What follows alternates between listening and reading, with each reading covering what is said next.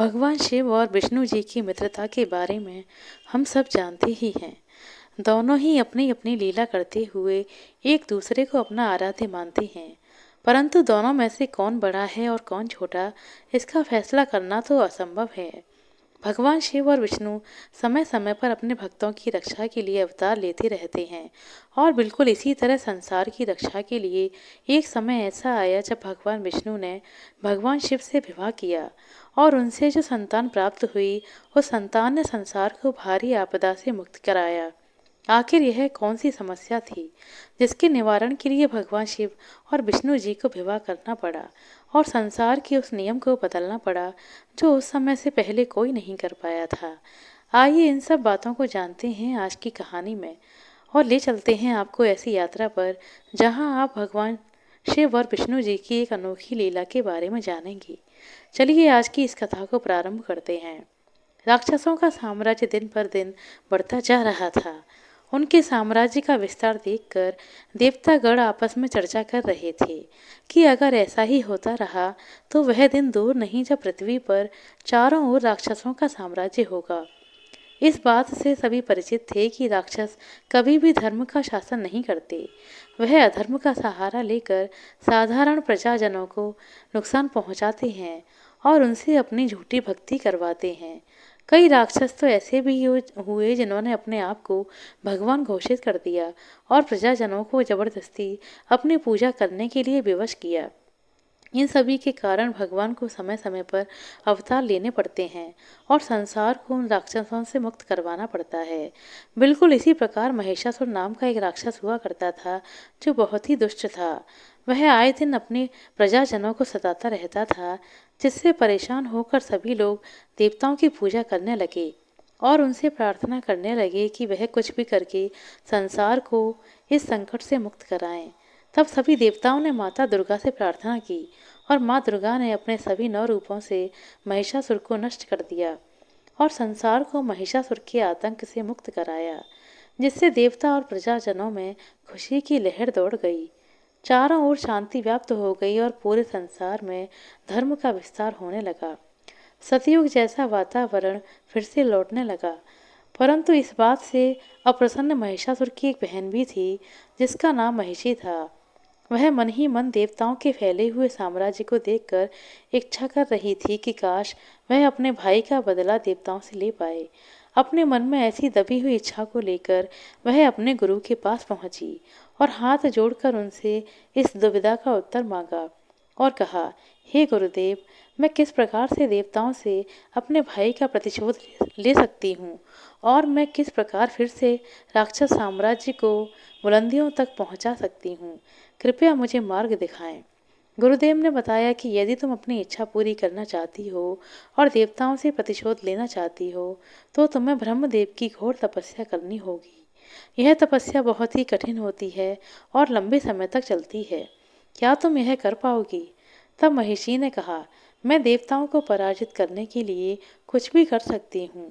चाहे तपस्या कितनी भी लंबी हो, मैं उसे अवश्य करूँगी और देवताओं को पराजित करके दिखाऊंगी। महिषी के प्रतिशोध की आग किसी पहाड़ से ज्यादा विशाल थी, जिसे देखकर ब्रह्मा जी को लग रहा था कि वह जरूर कुछ ना कुछ गड़बड़ करेगी। इसीलिए वह उसे वरदान नहीं देना चाहते थे।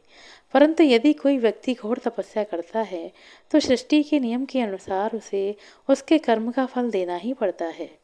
इसी कारण ब्रह्मा, विष्णु और महेश किसी भी व्यक्ति या भक्तों को उसकी तपस्या या पूजा का फल देने के लिए विवश हो जाते हैं। महिषासुर की बहन महिषी ने हिमालय पर्वत पर जाकर घोर तपस्या करना आरंभ कर दिया।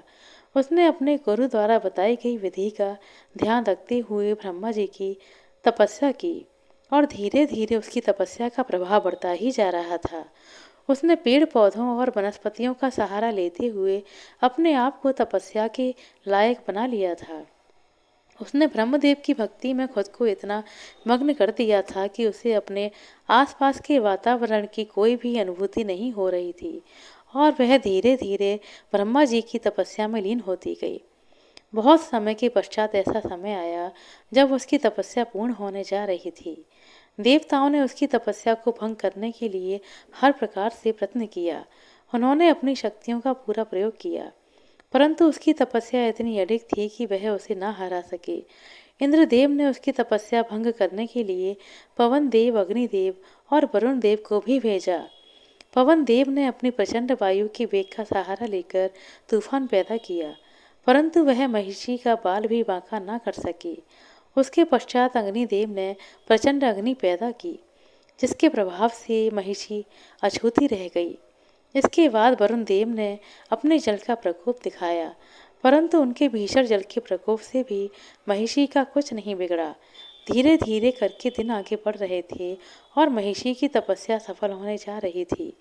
फिर एक दिन ऐसा आया कि उसकी तपस्या पूरी तरह सफल हो गई और ब्रह्मदेव उसके सामने प्रकट हो गए।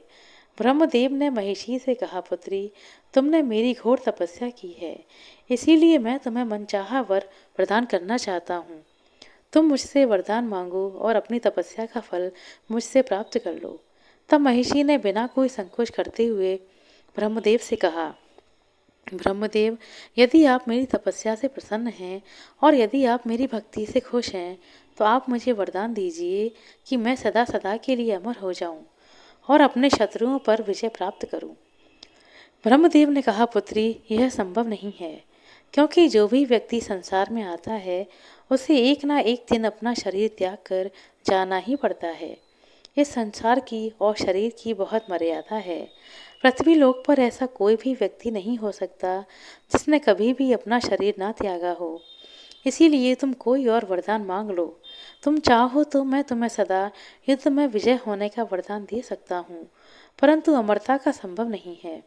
तब महिषी ने अपने दिमाग का प्रयोग करते हुए एक युक्ति लगाई और ब्रह्मदेव से कहा, ब्रह्मदेव, यदि आप मुझे कोई और वरदान देना चाहते हैं तो मुझे वरदान दीजिए कि मेरा यदि कभी भी वध हो तो वह भगवान विष्णु और भगवान शिव के पुत्र के हाथों ही हो।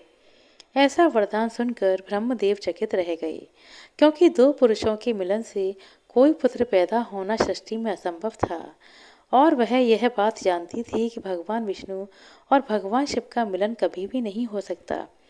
इसीलिए उसने ऐसा वरदान मांग लिया जो कभी भी संभव नहीं होगा और वह सदा सदा के लिए अमर हो जाएगी। ब्रह्मदेव को ना चाहते हुए भी उसे यह वरदान देना पड़ा और महिषी को वरदान देकर वे अंतर ध्यान हो गए। अब महिषासुर की बहन ने ब्रह्मदेव का वरदान पाकर अपने साम्राज्य का विस्तार करना प्रारंभ कर दिया। अब उसे कोई भी रोक नहीं सकता था। वह इतनी शक्तिशाली हो गई थी कि अकेले ही लाखों पर भारी पड़ती थी। उसके सामने जो भी आता वो उसे पराजित कर देती। उसके साम्राज्य को फैलता देख देवतागण भी थर थर कांपने लगी और उन्होंने भगवान शिव से जाकर प्रार्थना की, हे प्रभु, आप इस समस्या का कोई समाधान निकालें। ब्रह्मदेव ने महिषी को ऐसा वरदान दे दिया कि अब वह अमर हो गई है। अब उसका वध करना लगभग असंभव है। उसको कैसे पराजित किया जा सकता है? उसने तो वरदान ही ऐसा मांग लिया है कि वह भगवान शिव और विष्णु के पुत्र के हाथों ही मृत्यु को प्राप्त हो सकती है, अन्यथा कभी नहीं। अब आप ही बताइए कि इसका क्या निवारण है। भगवान शिव ने मौन रहकर विधाता की लीला को साक्षी रूप से देखने का देवताओं को सुझाव दिया और कहा, समय बड़ा बलवान है, आप लोग प्रतीक्षा करें। तभी कुछ दिनों के बाद एक ऐसा समय आया जब समुद्र मंथन हो रहा था और समुद्र में बहुत सारे बहुमूल्य रत्न देवताओं और असुरों को प्राप्त हो रहे थे, जैसे कि कल्प वृक्ष और कई प्रकार की औषधियाँ, वनस्पतियाँ और इसके साथ ही बहुत सारे बहुमूल्य रत्न समुद्र मंथन से निकल रहे थे। उस समय अमृत का घड़ा लेकर भगवान धन्वंतरि भी समुद्र में से प्रकट हुए, जो कि भगवान विष्णु के अवतार थे। भगवान धन्वंतरि आयुर्वेद के भगवान हैं और उनके हाथों में अमृत का कलश देखकर असुरों की नियत में खोट आ गया और वह उसे पाने के लिए भगवान धन्वंतरि का पीछा करने लगे। भगवान विष्णु को इस बात की बड़ी ही चिंता हुई कि यदि असुरों ने अमृत पी लिया तो वह सदा सदा के लिए अमर हो जाएंगे और संसार में धर्म की बड़ी हानि हो जाएगी। इसीलिए उन्होंने अपनी लीला रचकर मोहिनी अवतार धारण किया। मोहिनी अवतार इतना मनमोहक था कि उसकी सुंदरता को देखकर असुर लोग बड़े ही बेसुध हो जाते थे। इसीलिए मोहिनी अवतार ने अमृत कलश अपने हाथ में लेकर देवताओं को अमृत पिला दिया, परंतु अमृत कलश को बदलकर असुरों को केवल मदिरापान करवाया। इस प्रकार उन्होंने संसार को विपदा से बचा लिया। असुरों को लगा कि उनके साथ बहुत बड़ा छल हुआ है, इसीलिए उन्होंने चारों तरफ अधर्म करना शुरू कर दिया। तब मोहिनी अवतार के रूप में भगवान विष्णु भगवान शिव के पास गए और उनसे प्रार्थना की कि हे प्रभु, आप मुझसे विवाह कर लें। मैं आपसे विवाह करने के लिए बहुत उत्सुक हूँ। भगवान शिव बैरागी हैं और माता पार्वती के सिवाय किसी पराई स्त्री पर नजर नहीं डालते, इसीलिए उन्होंने यह प्रस्ताव अस्वीकार कर लिया। इस बात से देवता बड़े हताश हो गए और वह सभी आपस में चर्चा करने लगे कि अगर भगवान शिव ने मोहिनी अवतार का प्रस्ताव स्वीकार नहीं किया तो उनका पुत्र कैसे होगा और कैसे संसार को महिषी के आतंक से मुक्त कराया जा सकेगा। तब सभी देवताओं ने जाकर भगवान शिव से प्रार्थना की, हे प्रभु, कृपया आप अपना वैराग्य छोड़कर माता मोहिनी से विवाह कीजिए और इस संसार को विपदा से निकालिए। तब भगवान शिव ने कुछ सोच विचार करके एक ऐसी युक्ति निकाली जिससे उनकी बात भी रह जाए और देवताओं का भी भला हो जाए। तब उन्होंने मोहिनी को अपना पारद दिया, जिसे मोहिनी ने बड़े ही पवित्र भाव से धारण किया और इस तरह भगवान शिव को मोहिनी से विवाह भी नहीं करना पड़ा और देवताओं की मनोकामना भी पूर्ण हो गई। कुछ समय के बाद मोहिनी के गर्भ से एक सुंदर बालक का जन्म हुआ, जो बड़ा ही तेजस्वी था और युद्ध कौशल में निपुण था। देवताओं को चिंता सताने लगी कि कब यह बालक जल्दी से बड़ा होगा और महिषी को युद्ध में पराजित करेगा।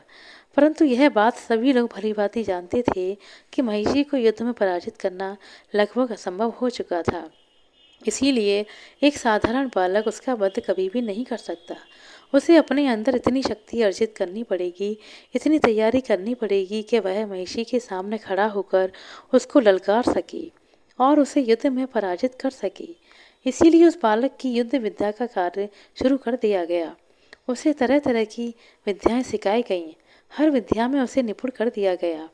हर प्रकार के अस्त्र शस्त्र की विद्या देवताओं के द्वारा उसे दी जा रही थी। सभी देवताओं ने उसे अपने अपने तत्व का ज्ञान कराकर हर प्रकार के अस्त्र शस्त्र से सुसज्जित कर दिया। बालक की आयु को तेजी से बढ़ाने के लिए यह आवश्यक था कि उसे किसी प्रकार की औषधि या फिर किसी विद्या के द्वारा कम समय में युवक बनाया जा सके। इसीलिए देवताओं ने अपनी असाधारण शक्तियों का प्रयोग करते हुए उसे नवयुवक बना दिया।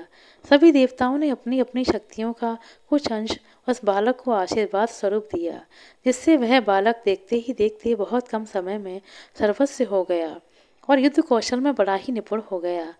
वह कभी भी पराजित ना हो सके, ऐसी युद्ध विद्या उसे सिखाई गई।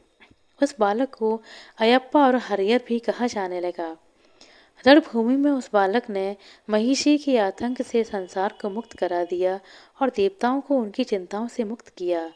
संसार अब फिर से फलने फूलने लगा था और चारों ओर शांति छा गई थी और सभी लोग बार बार अयप्पा की जय जयकार कर रहे थे। हरियर की जय जयकार होने लगी थी। बाद में भगवान अयप्पा दक्षिण भारत में जाकर निवास करने लगे और वहाँ भगवान अयप्पा और हरियर नाम से प्रसिद्ध हुए। दक्षिण भारत में जगह जगह पर हमें अयप्पा देखने को मिलते हैं। उनके मंदिरों में लाखों की भीड़ जमा होती है, जो बड़े ही कड़े नियम और व्रत का पालन करके अपने भगवान अयप्पा की भक्ति करते हैं और उनसे मनचाहा आशीर्वाद प्राप्त करते हैं। इस प्रकार भगवान शिव और भगवान विष्णु इस सृष्टि के संचालन को संतुलित करने के लिए समय समय पर ऐसे अवतार लेते रहते हैं, जिससे संसार में स्थिरता आ सके, धर्म का शासन सब तरफ फैल सके और सभी प्राणी प्रकृति का सम्मान करते हुए खुशी खुशी अपना जीवन यापन कर सकें। इसमें समय समय पर देवता भी अपने शुभ अवतारों के द्वारा उनकी सहायता करते हैं। जैसे राम अवतार के समय सुग्रीव आदि देवताओं के अंश भगवान के साथ थे, जो उनकी सहायता के लिए हमेशा तत्पर रहा करते थे। आशा है दोस्तों आपको हमारे द्वारा सुनाई गई यह कहानी अच्छी लगी होगी। कहानी अच्छी लगी हो तो कृपया लाइक कर दें, शेयर कर दें। चैनल पर नए हैं तो सब्सक्राइब कर लें। अपना कीमती समय देने के लिए बहुत बहुत धन्यवाद। मिलते हैं अगले वीडियो में, तब तक के लिए नमस्कार।